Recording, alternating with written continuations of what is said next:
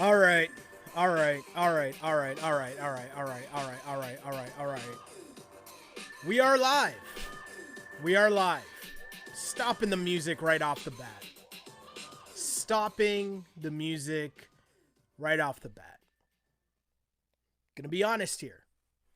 Gonna be really honest. What was that? Seriously. I'm I honestly I'm gonna be very serious. This was the first time that since I've been doing this pod that I actually took a second to be like, wait, are we gonna actually, like, I don't know what to say about this game. This was the first time. This is the third season that we've been doing this podcast, and there's been some bad games. I mean, things haven't been this bad for sure, but I'm gonna be honest. This was the first time I was watching a Raptors game and being like, what am I gonna talk about in a podcast post this game? And I see a bunch of comments already filtering in. So, in the end, the reason why I did end up doing the pod is just for this reason, because I know there's a bunch of you that will come here because we've created this as a safe space. And I think I might be the one that actually needs a safe space this time around. You see, I think that I'm providing the safe space for the diehard Raptor fan, but yet here I am needing to talk through this a little because I don't know what that was. That's not the Raptors team that we've been watching for a while, is it? I don't think so. One thing that is the same. My name is Sheldon Alexander. This is the Wrap It Up on Blast Raps postgame show. And you can still stream us live after each and every Raptor game for now. I mean, as long as the Raptors, or as long as there's a team that, kind of resembles the Raptors and they're barely resembling the Raptors team. I mean, they're wearing the same jerseys. That's about it at this point. But, we stream live after each and every game up on Instagram, on Twitter, on YouTube, and on Twitch. So send your comments and questions because I need the therapy right now after watching that because I don't even know what that was. That was just a pathetic performance. And if you've watched this team over the last, go back before the championship, right? One thing this team always did, and it's funny that I'm saying this in a loss against the Pistons, right? And the Pistons team coached by Dwayne Casey. Because the one thing you can always say about this squad in this era of Raptors basketball is that there weren't many games where it just looked like they weren't in it at all. Right? I don't throw around words like they quit or anything. I'm not here for that hyperbole. I'm just saying, like, what was that? I don't even know what that team is, who that team is. The Raptors are a mess right now. They lose to the Detroit Pistons. Yes, the Detroit Pistons, who are one of the worst teams in the league. The Detroit Pistons, who are a team that have openly given away a bunch of their players. They're players that are worth some form of value. They've given them away because they are in a full rebuild. The Raptors are a team that, had aspirations of still being in the playoffs. They didn't trade Kyle Lowry at the deadline, and a lot of people thought, hey, you keep Kyle Lowry, maybe you can still make a run, get into the play-in tournament, and all of that is still possible. It is. Might not seem like that in the moment right now, but all of that is still possible, but you wouldn't think it after watching this game against the Pistons. As the Raptors lose 118 to 104. Again, 118 to 104, and I don't even know if the game was that close. At no point did I think the Raptors were going to win this game. And there's a lot of people in the comments already writing in some form of, what is this team? What happened to our team? Who are these guys? Like, I'm seeing a lot of that in the chat already. And I got to be honest, I don't have an answer. It's weird. My guy Ken on Instagram says, shouts to Kennedy, my boy. Ken says, the higher you climb, the harder you fall. That matches up with a text message I got from one of our, actually Ken and I's mutual friend, Timmy Heggs, who said, we sold our soul for a chip. And watching this Raptors team right now, the only thing we can do, like, I feel like ending the pod and just going on YouTube and watching, like, the Raptors, there's, like, that long video that just goes through that whole championship season. I feel like going on YouTube and just watching that to make myself feel better. Because what was that? 118 to 104 to the Pistons. And it's making me look up and be like, is Saddiq Bey really that good? Or is he playing that nice just against the Raptors? I don't know the answer to that. I just know that Saddiq Bey looks nice every time he plays the Raptors.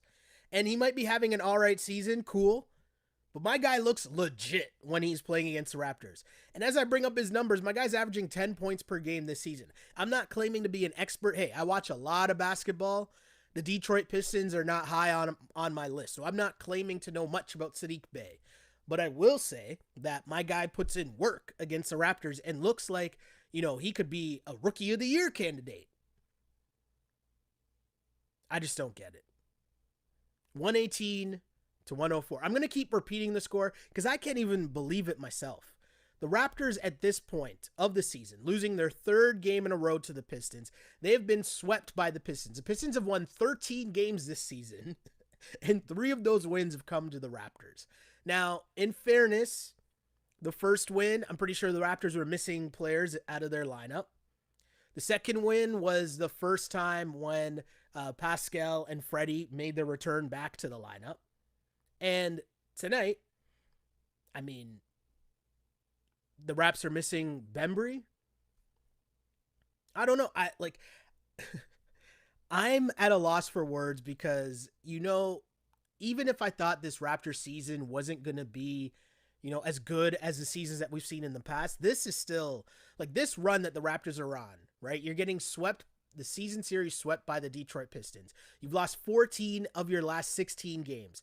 You fall to 9-17 on the road, 18-29 on the season, and the Raptors in the month of March are now 1-12. That, my friends, is not good.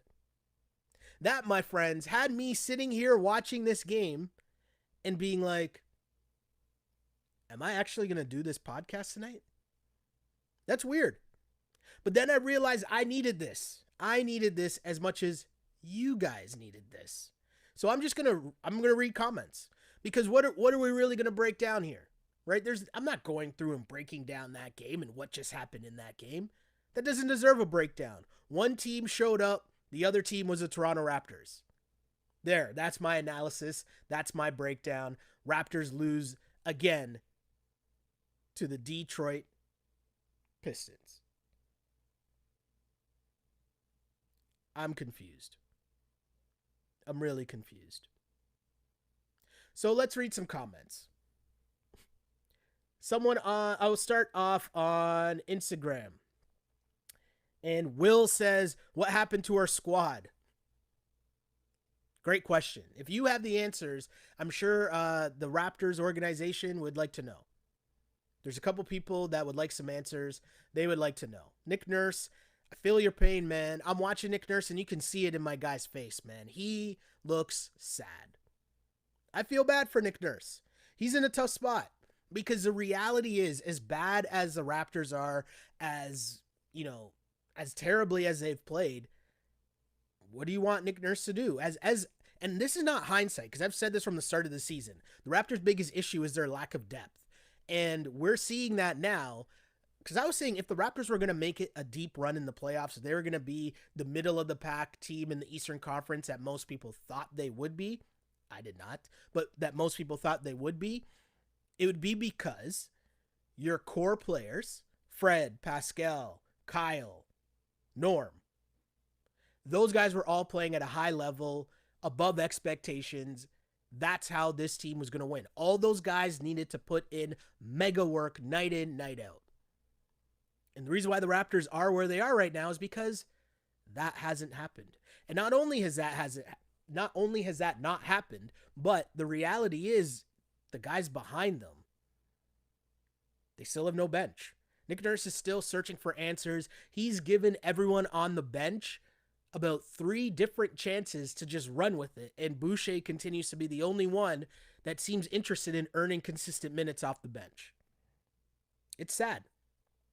It's a really sad state of affairs for the Toronto Raptors. Uh, as I switch over to YouTube, the first comment says, full tank mode engaged. Hashtag tank for Cade. I think the official term was fade for Cade.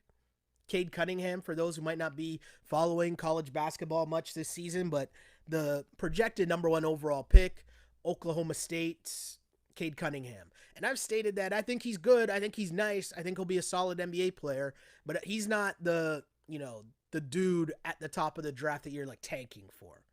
Now, the fact that the Raptors appear to be headed for the lottery might lead people into watching those YouTube videos to figure out who's who and who they should be looking for or who would fit in the best going forward with this Raptors core.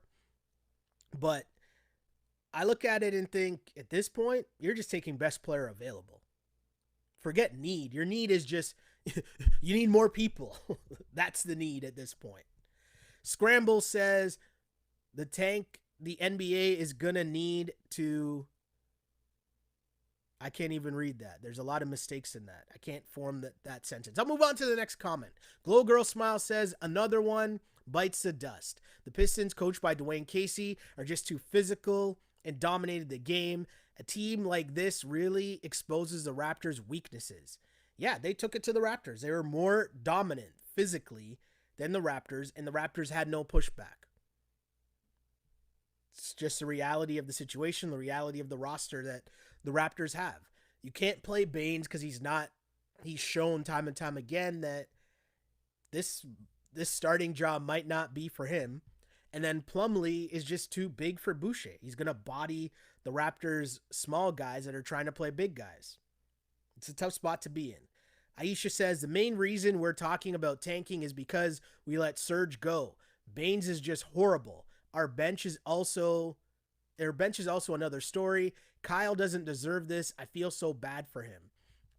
It's funny, Raptors fans, the roller coaster that it's been for the past week, because people wanted Kyle to stay. They didn't really want him to go, but now that he's here and you're watching the team play so poorly, it's almost as if, would you have rather him go somewhere else to play some winning basketball instead of chilling with whatever this team is doing right now? And it's so weird because, they win against Denver. They catch Denver on the second night of a back-to-back. They run Denver out of the gym. But that's just one of those games where, the threes went in at a high clip. And when that happens, Raps aren't going to lose. Or it's going to be tough for them to lose.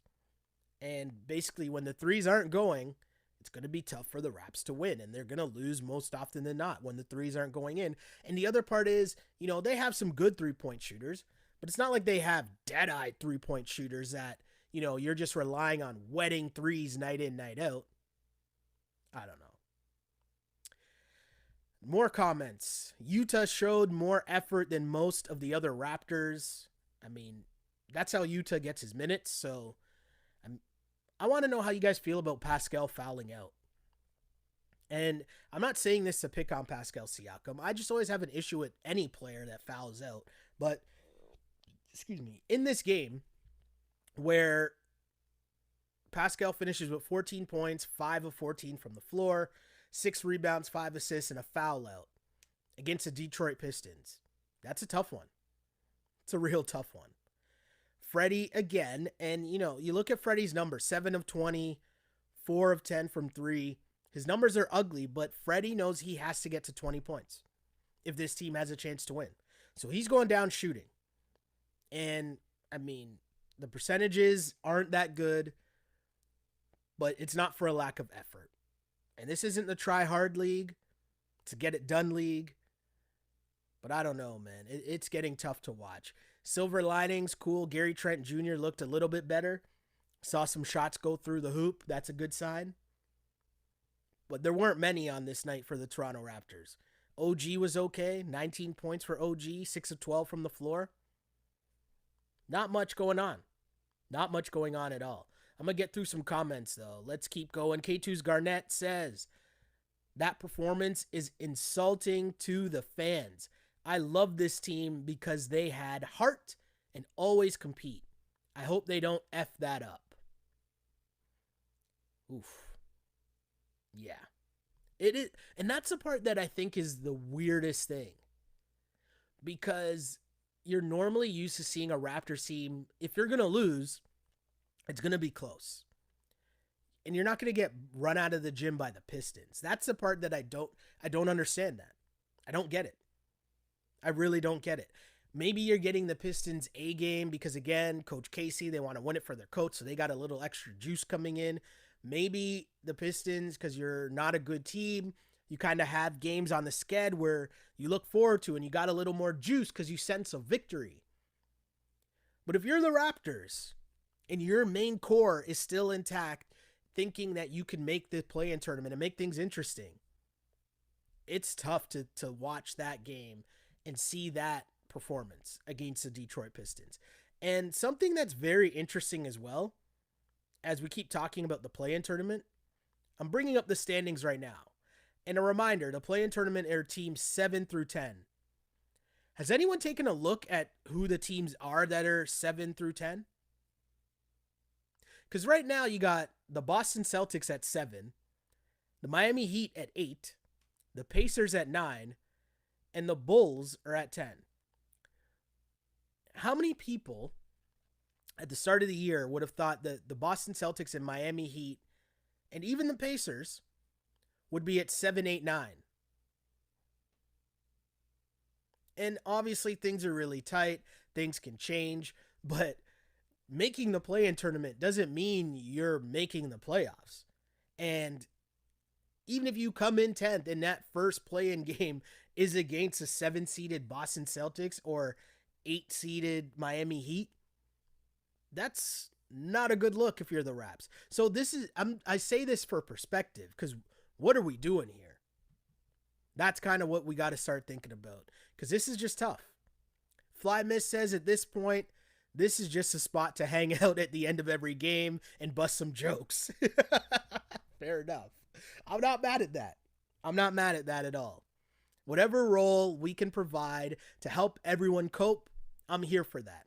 And especially during these times where,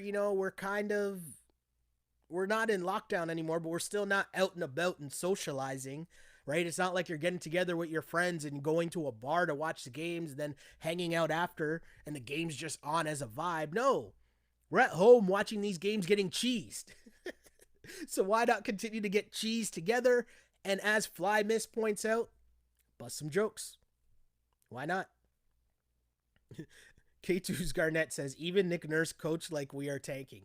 I don't think, and he adds an LOL, so that's a joke, but he's just searching for anything. And I'm not mad at him for that. This is crazy what's happening with this team. Jarrett says, losses don't even make me sad anymore. I just expect them. Glow Girl smile. I feel like they only played the first quarter and then they got progressively worse. I know they are in the second half of a back-to-back, but they lacked effort. It's so deflating. The Raptors have been horrible. I'm pretty sure they still have the worst record on the second night of back-to-backs this season, as they only have one win this season on the second night of back-to-backs. And again, if you paid attention from what we were saying from the start of the year, there's certain signs that tell you about what kind of team you have. Your road record, how you perform on the second night of back-to-backs. These are things, and obviously your plus-minus, right?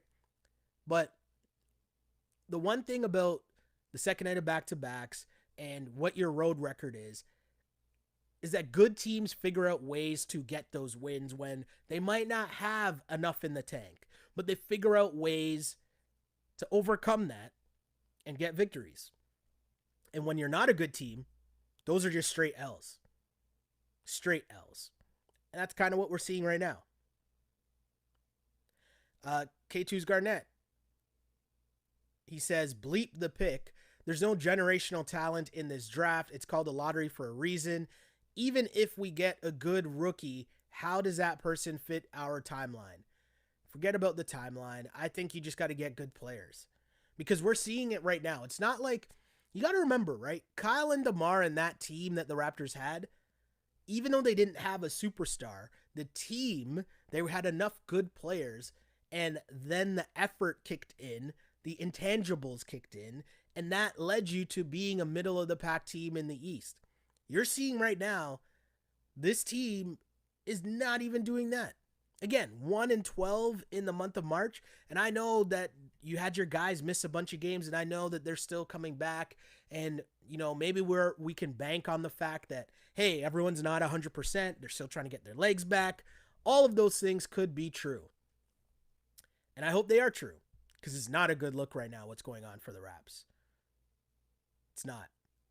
Ann says we need to crash the boards. Detroit is looking at us like barbecued chicken. Imagine that. The Detroit Pistons looking at the Raptors like barbecued chicken. That's tough. Kenneth says, no need to talk. We are getting closer to Cunningham. Also says Bay is amazing. I mean, Bay looks amazing in the games against the Raps. I do see another hashtag fade for Cade. Elijah says, I hope Nick is okay. A lot of coaches get so stressed out, they make themselves sick. I hope he can deal with this. I know it's tough. Yeah, it's a tough spot. And especially because he had so much success early. It's an adjustment. It's an adjustment for sure. Flymiss says it's not fun watching the Raps play anymore. Pure frustration and blowouts. Mark says, I have a feeling that Masai and Bobby are subtly tanking because of the deep draft this coming season. I don't know how you subtly tank, and I don't even know how that translates to the players, because really, okay, you traded away Norm, cool, you got assets back that are more than serviceable, that you're not going to have a huge drop-off because Norm's not there. They didn't trade Kyle, he's still there. I'm looking around and seeing the guys that are still there. Like, where is the next step? This is where we're supposed to be seeing OG take some steps forward. This is where we're supposed to see some consistency from Pascal, some consistency from Freddie. And we're not seeing any of that. And that's tough. That's very tough. And the effort is when people are out there questioning the effort, I don't really like playing that game. I don't. But I need someone to explain to me how you come out and get blown out by Detroit. I got to see the post game. And you had the ISOs, the shots of Kyle on the sidelines. My guy was looking cheesed. I don't know. Elijah says it's super frustrating watching them. I have to remove my emotions while I watch. Jalen says make or miss league, I guess. I don't know what that's in reference to, but the Raptors there's a lot of misses. I just want to upset the Bucks in the first round so they can trade us Giannis. Are we still holding out hope for Giannis? I guess we got to take what we can get and grasp at whatever straws, right? Mark says the choice of shots were horrible today. Give credit to the Pistons, though. While half the league is trying to use the small ball system, they are bullying around big athletic players. I mean, again, I had to look at the Pistons' record and be like, oh yeah, these guys have only won 13 games this season. And 3 of them were against the Raps. That's tough. It's very tough. The Raps got a run here, though, where they can play some teams that aren't above 500, that aren't currently in the top 8. And, the thought is, or the hope is, that maybe they could get some wins. It's a hope. Annette says, if we are tanking, nobody told Fred. And that's why people love Freddie. Freddie looks like he's out there and he's running around. He's still playing defense. He's still doing all the little things that Freddie always does. And it's tough. It's tough. Ali says the Pistons look like the Warriors with KD. Yo, real talk though, the Pistons came out and they were bombing threes early. They were splashing threes and they did look like the Warriors. That's a good call, Ali. I agree with that. T.Raptor says nobody wants to talk about how bad a defensive system is. We give up too many threes because we want to pick up the paint, forcing us to be scrambling around, killing our legs. Nurse is bleeping bleep up. I'm not blaming Nick Nurse. Stop this, man. Like, the Raptors team, like, tell me who is the Raptors, like, 6th best player? I'll wait. Seriously. Like, again, I keep saying this, right? The Raptors, when you go back to the teams that were really good, even the DeMar and Kyle teams, You knew who the first and second best players were. You knew who the third and fourth, like you knew what the chain of command was. And you go to the championship year, and as you now lose Kawhi, you lose Danny, you lose Serge, you lose Gasol, you lose Norm, right? Those are 5 key pieces. And so we were all so focused, and I'm saying I'm guilty of this too. We were all so focused about, okay, well, Pascal's now the max guy, and Freddie looks like he can be the starting point guard now, and he can replace the starter minutes. And, you know, OG can pick up some more scoring because OG didn't play in that championship run. And we were also focused on all those guys bumping up to replace the guys that left. But we weren't focused on who's replacing the guys who were the Raptors bench players who are now the starters. Who replaced Freddie? Who replaced Norm? That's the problem right now. This team, like, Nick Nurse is grasping at straws every single night, playing like he's spinning a wheel to choose who's going to be the bench guys that he's going to sub into the game first, because none of these guys are consistent. Someone asked, who are the Pistons' 6 best players? Listen, the Pistons, this isn't about, I'm not trying to compare the team and say that, the Raptors are this or Raptors are that. I'm not even focused on the Detroit Pistons. We know what the Pistons are. We know that they're rebuilding. Again, they've given away most of their valuable assets that they could have had. They traded Derrick Rose a long time ago, right? We know what they're focused on. They're trying to rebuild. The Raptors, we weren't really sure what the Raptors were doing. And in tonight's game, it wasn't much. So again, Raptors lose 118-104. I want to thank you guys for tuning into this podcast. If you are one of the people that are listening to this podcast live, I salute you because you are a diehard Raptor fan, and I appreciate you. Whether you are watching this pod on Twitter or on Instagram or on YouTube or on Twitch, I appreciate you. Shouts out to you for sure. I'm even going to play the music again to at least go out on a high note here. But because I really mean this, I rep you guys because you are the diehard Raptor fans. You are the reason why I do this podcast. I appreciate you guys so much. And if you're not listening to this live and you happen to be listening to this podcast in the morning, I salute you as well, because that means that time passed.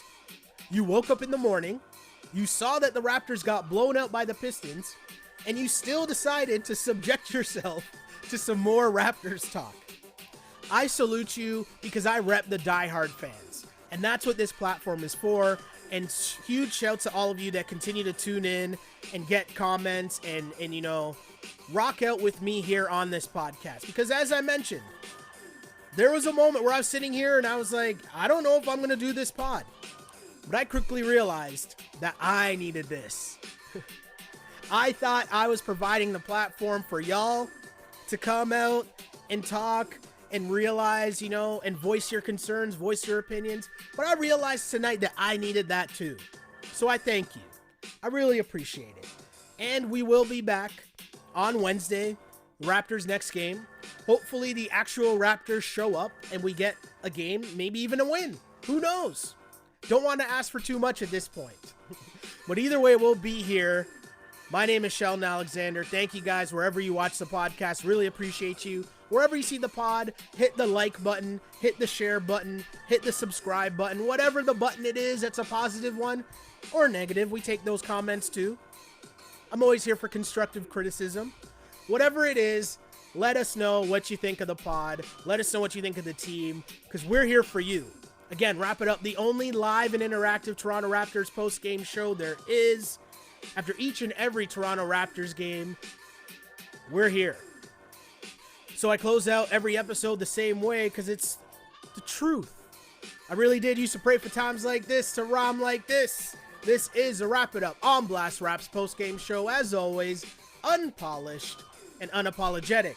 Until next time, see ya.